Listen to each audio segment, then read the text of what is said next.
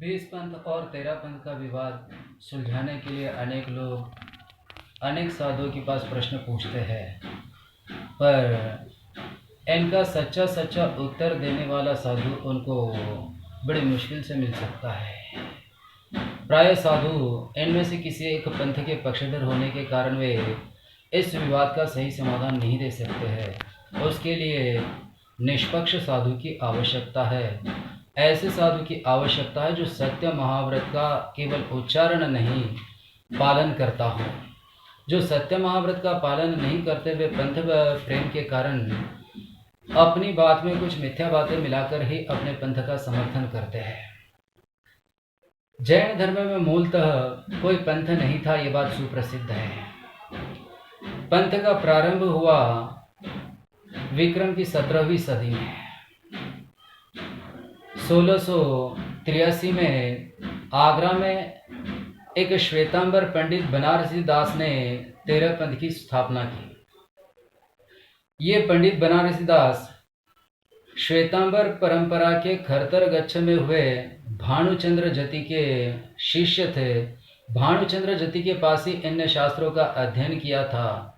भले आचार्य विद्यासागर जी के एक शिष्य मुनिश्री प्रशांत सागर जी ने जिन सरस्वती खंड 2 में बनारसी दास को दिगंबर जैन कहा है, लेकिन वह सर्वथा असत्य है। बनारसी दास जी की जीवनी स्पष्ट कहती है कि वे अंत तक श्वेतांबर ही रहे। उनकी रचनाओं में भी श्वेतांबरत्व की ही झलक है। वे व्यापारी थे, मधुरभाषी थे। आगरा में दूर दूर से लोग आते थे। बनारसी दास की मोहक शैली के कारण वे लोग उनकी बातों में आए और 13 पंथी हुए। इस विषय में दूसरी एक कथा कही जाती है जो मुनिश्री सुधासागर जी ने कही है कि सांगानेर में एक अमरचंद घोषा नाम का श्रावक था। उसका वहाँ के भट्टारक आदि के साथ कुछ विवाद हुआ और उपलब्ध प्राचीन साहित्य कहता है कि अमरचंद घोषा ने वहाँ पर प्रतिज्ञा की कि मैं नया पंथ चलाऊंगा। इस विषय में जो अधिक जानना चाहते हुए डॉक्टर हुकुमचंद भारीला ने पीएचडी के लिए जो पंडित टोडरमल व्यक्तित्व एवं कृतित्व नाम का प्रबंध लिखा था वह पढ़े। उनमें इन घटनाओं का सिलसिलेवार इतिहास मिलता है। फिर उसने अन्य लोगों को साथ लेकर अपना नया पंथ चलाया, अथवा बनारसी दास ने जो पंथ चलाया उसी को उसने जयपुर में प्रस्थापित किया, ऐसा कह सकते हैं।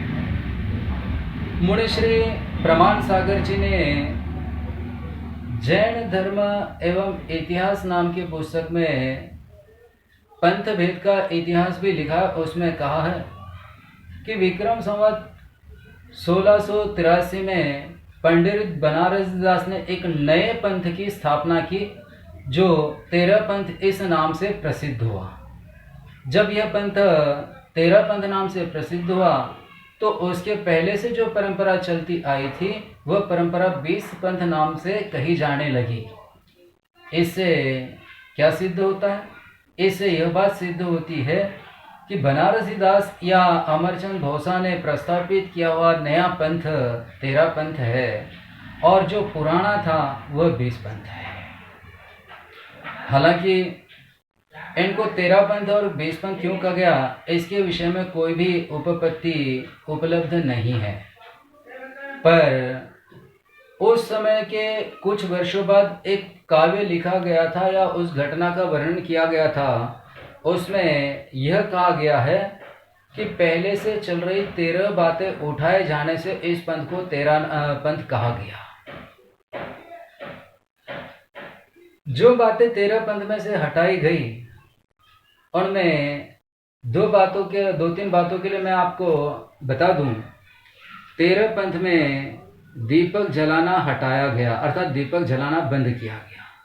वर्तमान में जितने लोग पूजा में दीपक जलाते हैं अथवा अपने आचार्य श्री और गुरुओं की दीपक जलाकर आरती करते हैं अथवा जो साधु दीप धूप जलाने का समर्थन करते हैं वे अपने आप को 13 पंथ के अनुयायी कहलाने के अधिकारी नहीं हैं, क्योंकि 13 पंथ में दीपक जलाना धूप जलाना निषिद्ध है।